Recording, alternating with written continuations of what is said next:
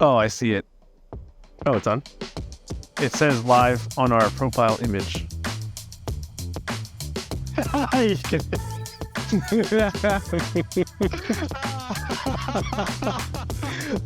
as good a time as any, I guess. Oh, man. Yeah, this is. Hey, everyone. Sorry, we are running late. Yep, that's as good as that's gonna get. I need to mute that. You can tell how long it's been. Yeah. So it's been like, I don't know, 3 years or something. 21, I think, was the last time we. Oh, you can see me turning red now. I hardly ever get embarrassed. This is like the first time. It's just because we've been laughing so hard. I've been third. Yeah, it's funny. So stupid. Oh, crap. Oh, man. Well, it's been a good run. Well, we were here, everyone. This has been We Got Next podcast through the Sunday Fun Day podcast stage right now. Not once, not twice, but thrice. Kansas City won thrice. Boy, you can say 3 times too. Whatever. This is the We Got Next podcast. John Bocaneda. Y'all know me if y'all seen me on other Facebook outlets, especially the Sunday Fun Day podcast. We're back. Joe, we back. Yo. Super producer with the supercomputer. It's Joe. It's great. Everything's running fine. No worries here. No problems. We have a voicemail line that you can call into 370-0337. That's a lot of threes. It's a lot of sevens, but it's easy for you to call in. Leave a voicemail. We already got some in the pocket right now. We'll get to those. We'll kind of spread them out throughout the show. One of them is about Victor Wembanyama. Our boy, Joe. Even though the Spurs kind of suck. That's okay. He'll get there eventually. He'll round that corner. We got another voicemail from a friend of ours in Fort Wayne. He is talking about Super Bowl 58, and we're going to jump right into that. 25-22 in overtime. Kansas City wins over, Julio, your San Francisco 49ers. Patrick Mahomes becomes the first black quarterback to win back-to-back Lombardi trophies. Most Super Bowl wins amongst NFL quarterbacks. Tom Brady, of course, number one. Terry Bradshaw tied for second with Joe Montana. Joe's favorite player, Joe Montana. No, I knew you were going to say that. I'm talking about Joe Montana. We talking about Joe Montana. Tied for fourth, Patrick Mahomes. Troy Aikman eating a lot of crow almost immediately as soon as Mahomes won. In September 2019, The Athletic tweeted a stat about how Mahomes had thrown 36% of Aikman's career touchdown passes in 8% of his games. It struck a nerve with the Cowboys icon. He responded the same day, bringing up the fact that Mahomes hasn't had a single Super Bowl ring at that time. Quote, in case you missed it, talk to me when he has 33% of my Super Bowl titles. He tweeted win-win? It was a typo, yeah. I copy-pasted that into the notes, and it was the state as I was like, that's not right. I mean, I can check that. I was like, oh, no, that's right. Oh, no, that's how he did it. That's how he tweeted. Well, guess what? Patrick now has 3 Super Bowl titles. He tied anything yet? I don't think I've seen him come out and say anything about that. Like, oh man, no. Just say probably going like Cowherd or something and talking. He would only say something if somebody asked him about it. That's how nice Troy Aikman is. But other than that, he's just going to be like, I'm not going to fess up to that. Which is he?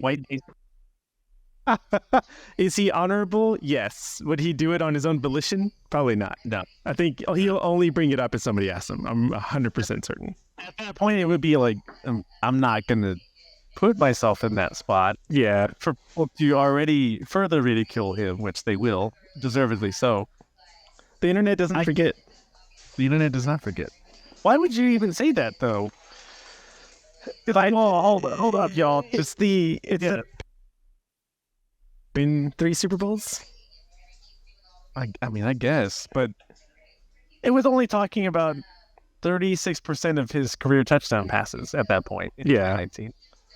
And then he was like, oh, yeah, but he's not going to give him a ring. It's like, oh, man, your Hall of Fame mortality is creeping up on you with Patrick Mahomes. You did it in less, what would you said, 8% less games or 8%? 8% of his games. Oh, shoot. 8% of Aikman's games. Yeah. Okay. Yeah. Brutal. Nope. Sorry, dude. I think you're gonna have to live with it. But yeah, nope. He's only gonna bring it up if somebody asks him about it. It bothers me that a lot of old heads in particular just sticking to that. Like, I get you're defending your past glory, and you want to make sure that, no one's going to tarnish this legacy. Like, dude, you have 3 Super Bowl rings. What else do you need to do? You don't need to do anything. You don't hear Joe Montana saying anything with Terry Bradshaw, although they're probably singing praises to Mo, which they should be, by the way. From here, it's possible. You think it's possible? I'll ask you this question, Joe. And I know you're not really a big football guy, but for those that are big football fans, put it in the comments. Joe is scouring them right now. That's what he's doing right there. He's the keep up man. I'm in. That's all I came back to say. I got behind the firewall. That's what you're doing. Does this cement? I'll ask this question to Facebook. Does this cement Andy Reid into the Hall of Fame? Yes. That question is fastball right down the middle to you, Facebook. If you're joining late if you're listening to the podcast on Spreaker, Apple Podcast, Spotify. I really haven't done this in a time. Wherever you get your podcast, you'll find it. We put it to one place and shotguns out everywhere. You'll find it at some point. And if you're watching on YouTube, it'll probably be a few days after this, because it's going to take a while for it to get there. Be patient, though. We got you. Don't worry about it. But yeah, my question to everyone on the social, man, Andy Reid's status in the Hall of Fame. 1-time NFC champion, 4-time AFC champion, 3-time Super Bowl champion, of course, with the Chiefs, both 4-time AFC champion and Super Bowl champion. He had a chance with Donovan McNabb, but didn't really work out. So good. Cry, Eagles, cry. Joe, do you believe in... Let me ask you this first. Do you believe in miracles? No. Yes, I do. The last time we wanted to believe in a miracle was hoping Ray Allen would miss that 3. So then, no, I don't believe in him, because Ray Allen scores and then F him.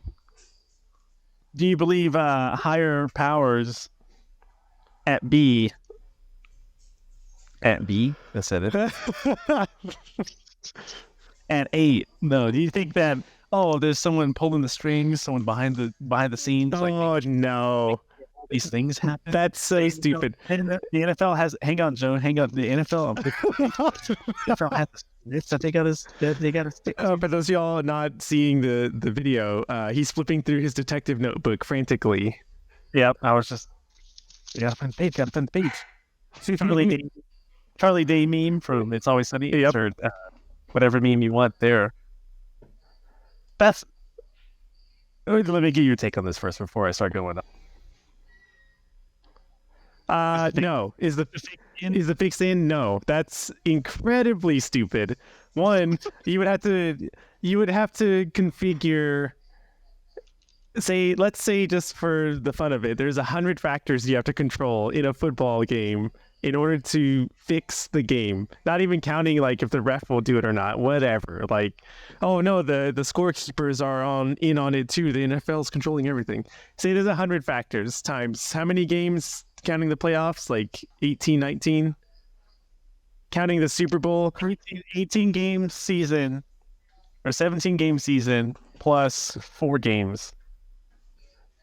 Times 100. We'll just be generous and say 100. That's the low end. You're going to calculate that many games times 100, that many factors into a match.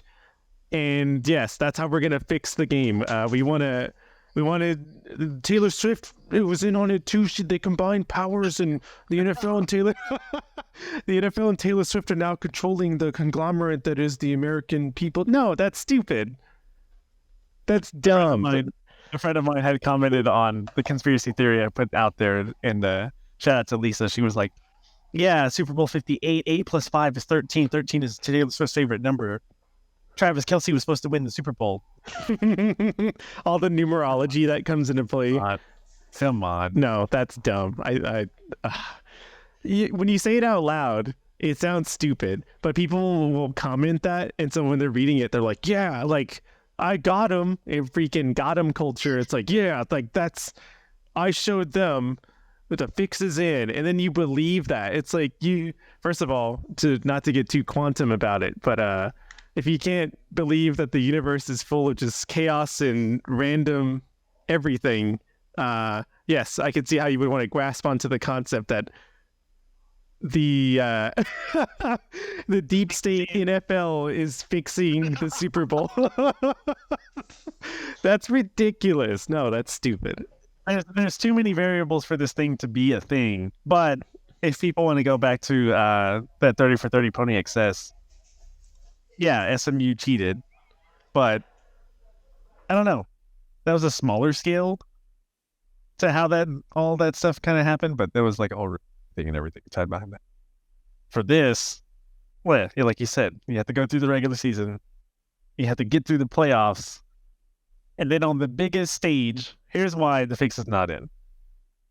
Greenlaw gets hurt, running out onto the field, accidentally just got hurt. As an athlete, staying out is impossible. You can't. Yeah, you know what? I'm just gonna hurt myself. Or, quote, hurt himself, and then stay out of the game. Everything I worked so hard for, just busted my ass to get where I'm at right now. And he busted his knee. What? Just to get into the NFL, for one. 2, a freaking Super Bowl. And 3, he was a player on the defense that was making a lot of the difference. Shout out to Julio. Sorry to Julio, again, for your 49ers. Athletes want to compete all the time. Deebo Samuel came back in with that hamstring injury almost immediately. I didn't hear a report or anything about it. And he was just back in the game all of a sudden. The punt coming off of Daryl Luter Jr.'s foot, his ankle, right place, right time. Get out of here. He positioned himself perfectly. He saw where the ball was going to be, and then it just boop right off his foot, right off his leg. Oh no, I can't get the fumble together, and then obviously Kansas City goes on to score from that. There's no way. No, Mom started tripping. She was like, "Oh yeah, it's Dad. You know how Dad is, just going crazy. All his conspiracy theories about the game. They just wanted Mahomes to win. It's like no, Mahomes and Kansas City want Mahomes to win, and all the fans, sure, but." San Francisco's not going to hand it to them on a silver platter. Like, oh yeah, I guess we got to make it look convincing. No, I feel like even then too, San Francisco probably had less heat than the Chiefs coming into this, just for the fact that like they seem like a pretty they're a really good team and like people can respect them. But then you have Brock Purdy was the story from the Pro Bowl the week before, actually, just 2 weeks going into past all the media hype. He was the golden boy going into this story. One lady told me, she was like, "Oh yeah, he just has a great story, and I really like him. I'm going for Patrick Mahomes, but if they win too, it's okay." Like, yeah, that's how like off kilter that was. That's how that seesaw had like 1 ton of sandbags on here. The other end just had like whatever you like to attribute to good feelings.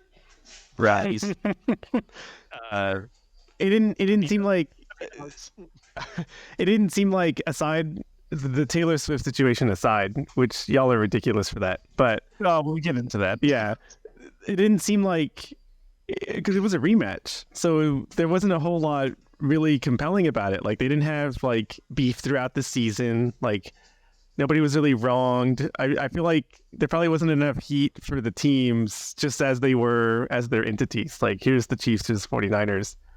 I don't think there was enough heat for that to bring it into this game. And then on top of it, nothing really like there wasn't really like tension between the teams like that. Like they didn't have beef. They weren't getting in like arguments or anything like that. It was just a pretty much straight up game, kind of a boring game, but it was pretty straight up. Like they're like, well, our team is the best. Your team is the best. We'll meet on the field and we'll see what happens. And it was a battle of good teams, which is why the score ended up the way it did. So that's why I'm like, the NFL would not have fixed, if the fix was in, the NFL would not have fixed a regular match between between two good teams. Like that, I don't think that wouldn't benefit anybody.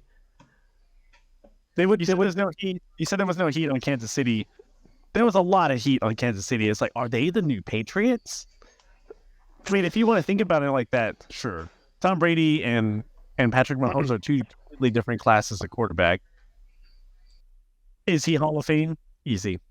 Automatically. One title gets you in the Hall of Fame, dude. If Kurt Warner can slink into the Hall of Fame, anyone can be in the Hall of Fame now. Drew Brees is on his way. Antoine Randall L. He's gonna get it for sure. Give me someone else. I can't. Brees has the title though. Oh crap! That's right. Joe Flacco. Just somebody that got close. He gets comeback player of the year, and oh wait, he has a title too. Crap! We just got the one title. The one title Hall of Famers. They get their jackets. They'll all get in. But yeah, go. Okay, let me ask you another question. Facebook, you can answer this too. Whoever's watching. Oh, we had some people. Oh yeah, fire away. Elijah wiling out. Apparently we're an AI podcast. But these comments are no real substance. Sorry for what we were talking about. They don't really contribute.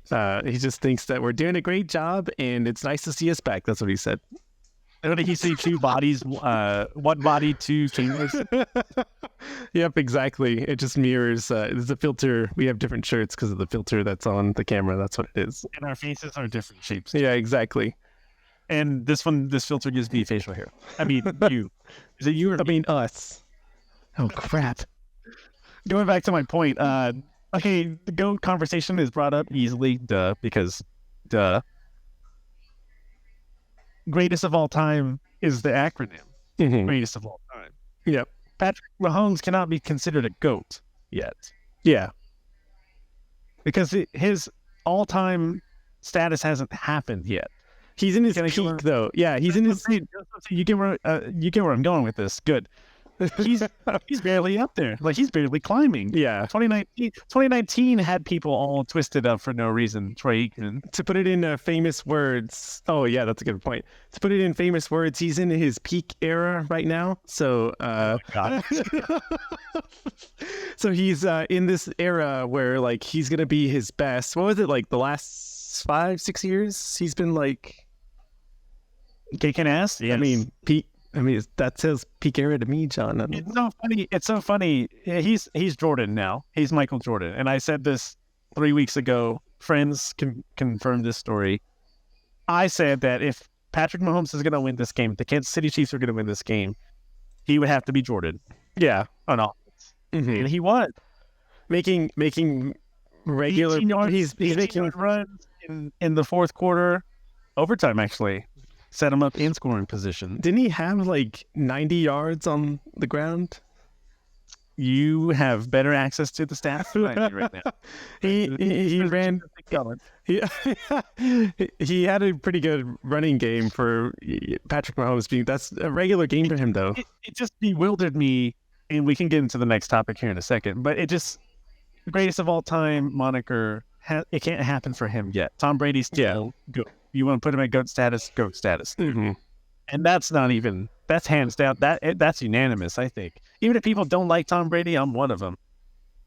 You can't argue against it. Like, I didn't like him as a player. His tenacity I did like, yelling at his on the sidelines and whatnot, but he just has a punchable face. Also,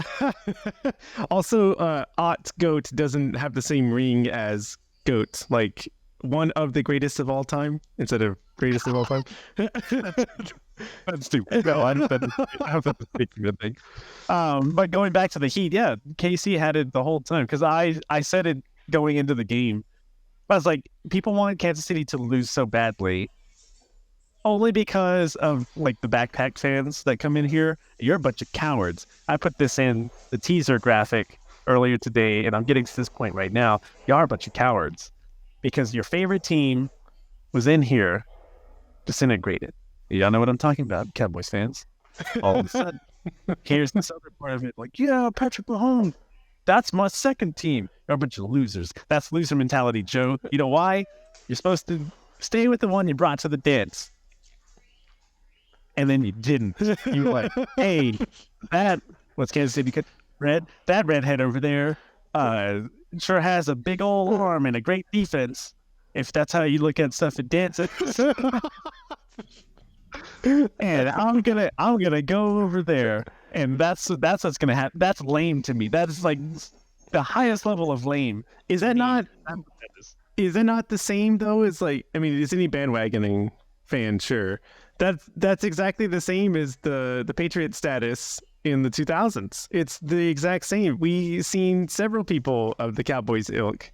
I'm not a Cowboys fan anymore, but we've seen several people of the Cowboys ilk kind of swim on over to like, oh man, I just really like how Wes Welker gets down. Like, what?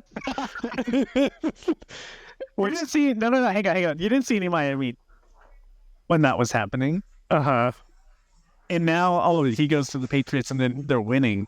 Oh man, I love the Patriots. I loved him since the Drew Bledsoe days. Remember that? Brady gets hurt, or Bledsoe gets hurt, Brady comes in. I knew that was gonna happen. Yep, I called it. Wasn't it like I've been a fan since man, I cannot name another Patriots quarterback. Nope, I can't either. Yeah, just sign me. It doesn't even matter. History at that point has not existed, and it starts right here with Thomas Anderson Brady. That's what he just goes through and starts winning. And now, hey, Wes Welker went to Texas Tech. I get it. Graduates get a little bit of leeway. That I'm okay with. Yeah. I didn't graduate from the university here. Mm-hmm. I didn't go to school there. We didn't go to school there. Yeah. So I don't have any ties to that outside of it being my hometown. Yeah. But I cannot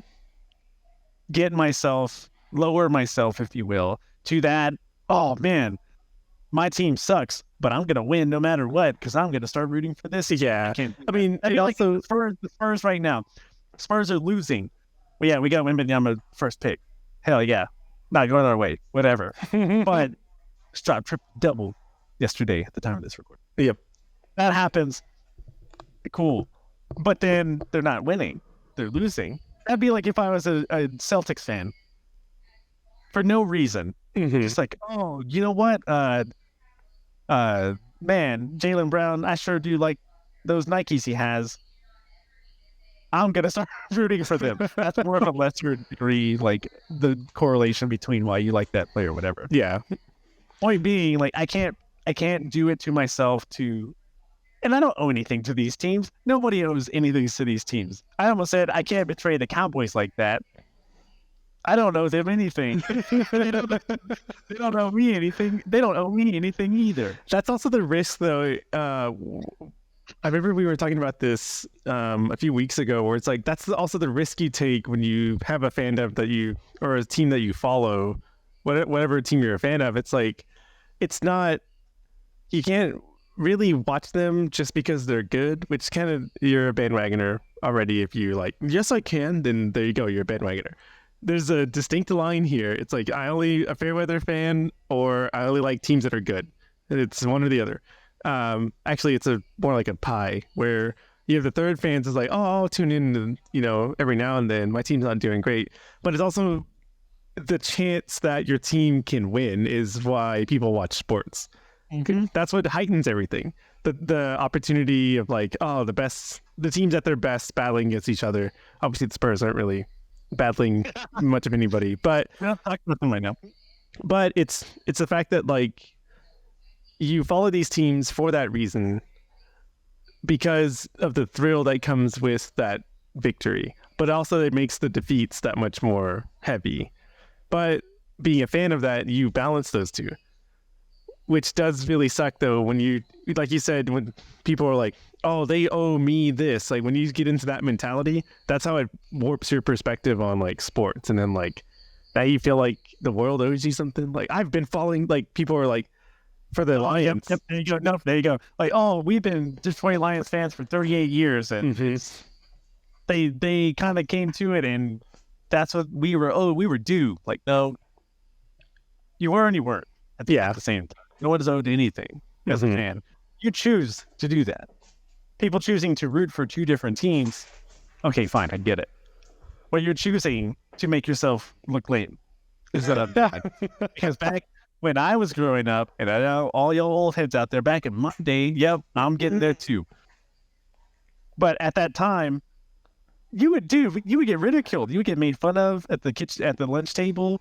Everyone's just making fun of you because you're just, oh no, you're on this team. Like, yeah, Yep. you know what it is. Cowardice. It's also a safe. It's also a safe bet too in the gamble that is watching sports and seeing if your team wins or loses. It's the safe bet to like the Chiefs, especially like you're not stupid. They've been good for the last 4 or 5 years now. It's like, okay, yeah, you're hedging your bets if you like a team, but then you're like, oh, but I also like Patrick Mahomes. Like, come on. A quick story before we go. I got off the Cowboys narcotic last year. I kind of like watched games here and there. I would loosely follow them, but I wasn't like actively watching the TV. Just like had it on, whatever. I get back into it this season after the Women's World Cup. Women's national team gets knocked out. And shout out to Juan. He was telling me this. He was like, dude, like you don't just give up on the team because they didn't play well. I was like, yeah, exactly. Like everyone that's all ragging on the women's national team because they didn't win, because they're expected to win. Like you say with the team. Development's coming in, their youth group is getting better, but the world got better. They caught up. If you're joining late on, if you listen to the point I was making, Juan tells me, he's like, you were rooting so hard for them, and you still haven't given up on them. Why don't you just do that with the Cowboys again? Like, you didn't get it. I was like, damn. He's right.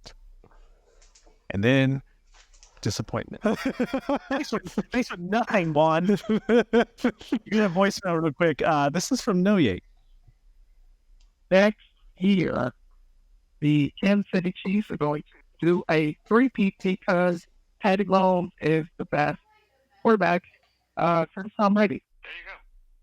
Since Tom Brady. He didn't say better than Tom Brady. Since Tom Brady. Shout out to Noye for that. Again, voicemail line 370-0337. Leave a voicemail. I don't have the notifications turned on, and we kind of got this together all shoddy. But we'll be able to answer phone calls at some point when we continue to do this. To Elijah's point, Mahomes did not play at his peak during the Super Bowl, but neither did Alicia Keys. Oh, ooh, yeah, that was but we're in good company though, because we're not playing at our best right now when we got started, but we'll finish strong. Hey, we're getting there. We started a little rough, a little bumpy. Actually, we didn't even have shocks on the car. It was just straight, just the whole cap was everything. Everything's rattling. That what won the Super Bowl, winning the turnover battle, surprisingly, didn't help Kansas City or San Francisco. Excuse me. You pick off Patrick Mahomes. I was telling my friend this too. You picked off Patrick Mahomes. It was a fumble in the red zone, and you barely scored 3 points off of that. Not enough. Not enough.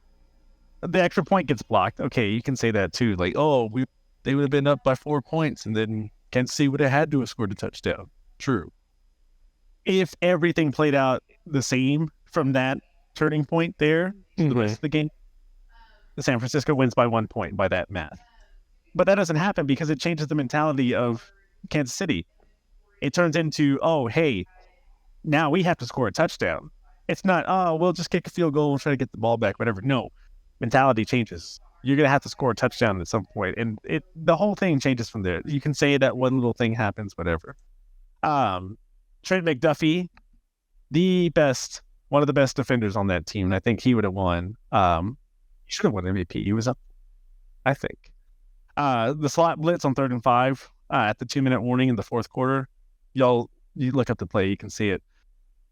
Sneaky disguise, like he's dropping back into coverage, blitzes in. Purdy sees it, and he's just like, I'm trying to throw it all weird and stupid, and then it gets knocked down. Big time play there. Kyle Shanahan stands by his wanting to score third mentality. Here's a quote from Yahoo. We told everyone as we were waiting for the coin toss, hey, review. Everyone make sure they're sure before they go out. We asked for position coaches to do that, is what he said. That's from Callie Lawson-Friedman from Yahoo. Okay, so the score third mentality, basically, he had it in his mind to score a touchdown, first possession in overtime. Boom. All right, cool. You go down the field and score. Kansas City scores.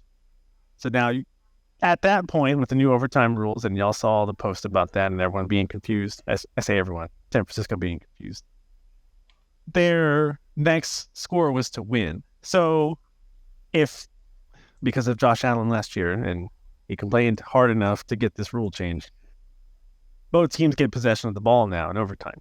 They implemented that this year in the playoffs to make sure that, there's an even keel. Mm-hmm. So people still have to do with that. We can get into that in another podcast. But they started complaining about it because they didn't know what they were doing. And even when the touchdown was scored to end the game, they still didn't know what was happening. Yeah, it also seemed like you won the game, and just like, it seemed very underwhelming too. Because all right, we scored a field goal. They go down the field, they score a touchdown, and I was like, oh. But then they were just kind of sauntering along, and then I had seen that too. I was like, I don't think they realized what happened here. And then there was a brief cut that they had when they showed reaction shots. They cut to San Francisco, and some of the dudes just kind of were looking like, oh, sorry, for the audio medium, they were just standing there with their mouth agape, kind of looking around like, so what's happening now? And then it was like the confetti was the cue. It was like, oh yeah, if we lost, everybody in the stadium knew. I knew. I mean, listening to Vance and Romo, although some people didn't like that broadcast. I think it was fine. But listening to the audio for all of that stuff, they had Gene Sarator there, the former NFL referee, telling you what's going to happen. Everyone in the stands knew. Mm-hmm. He knew. They didn't know. That's crazy to me.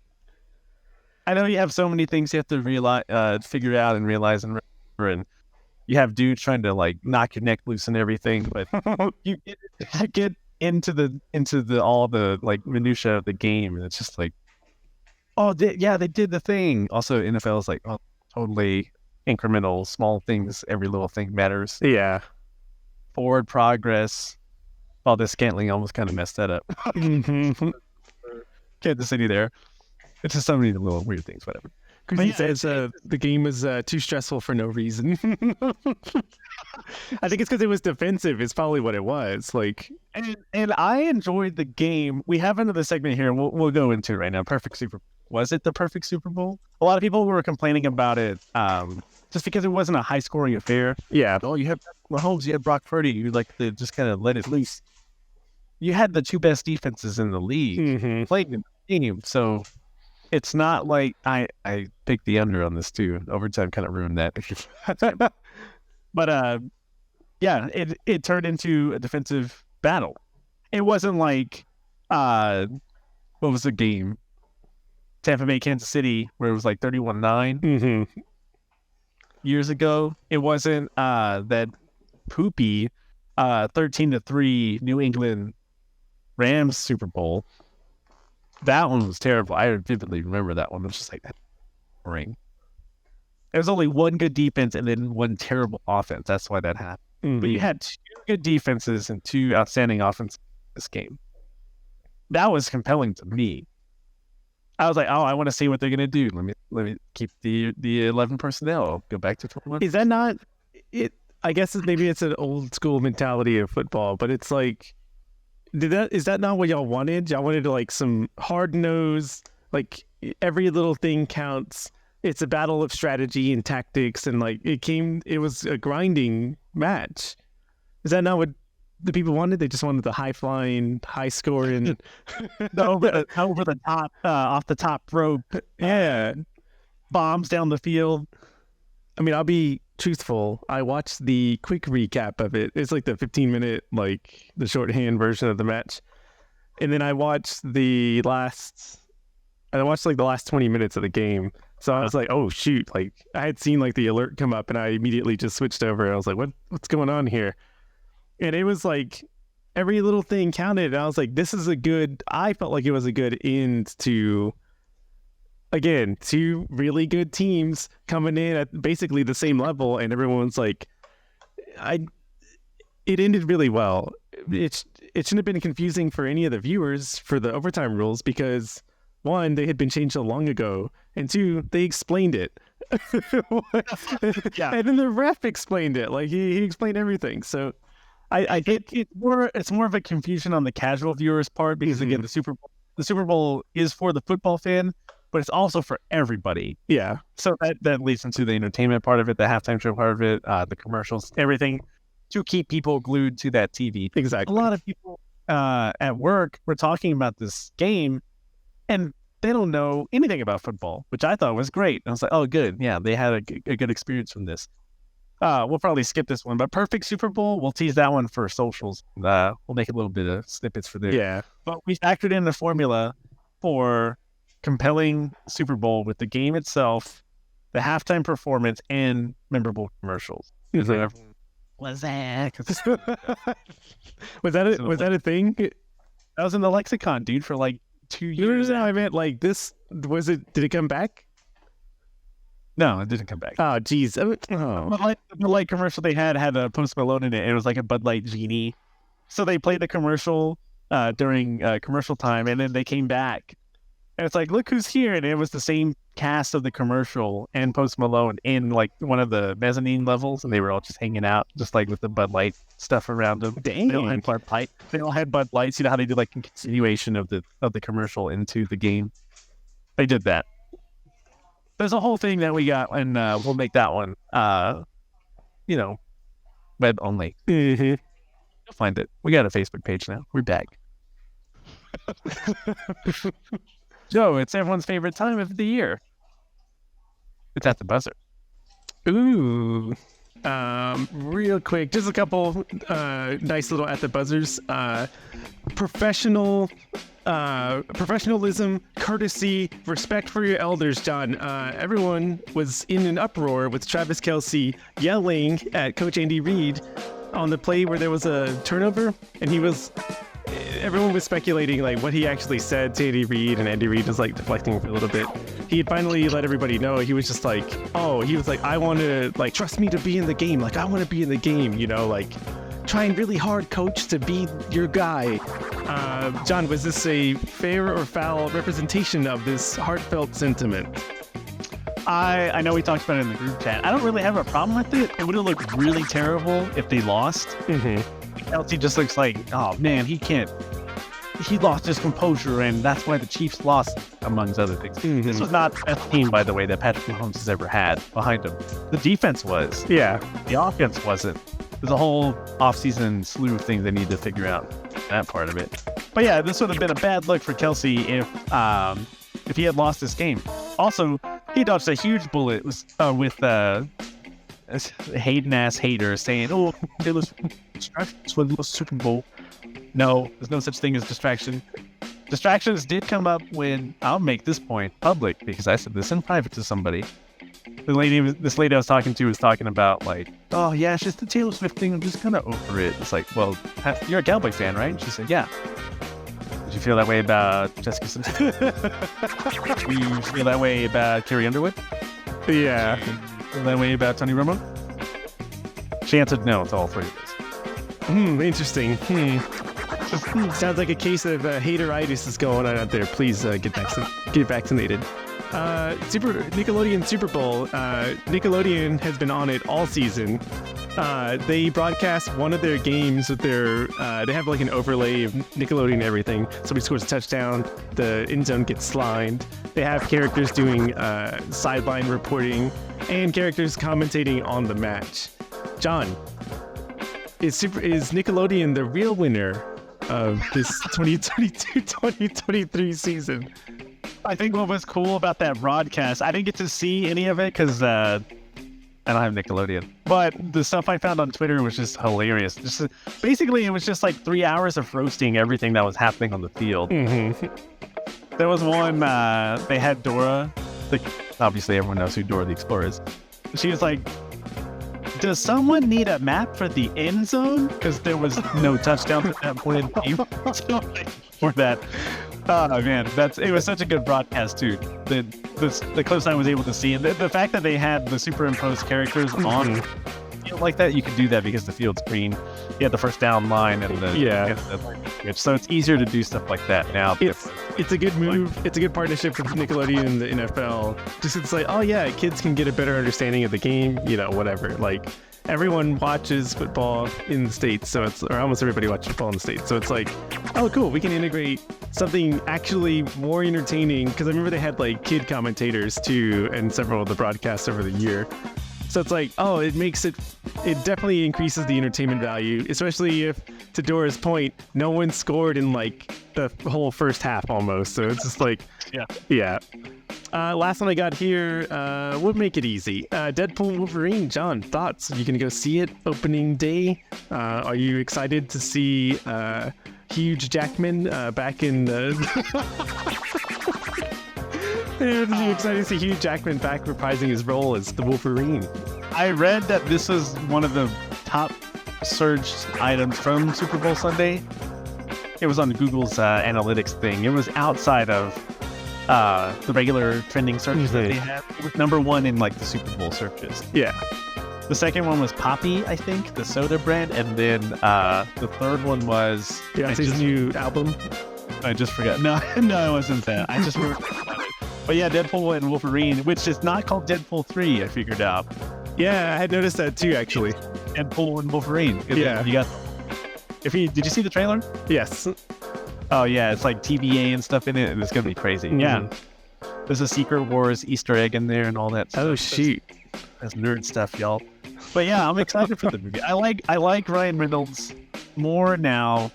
I still don't like Deadpool fans either. Maybe I just don't like fans of things.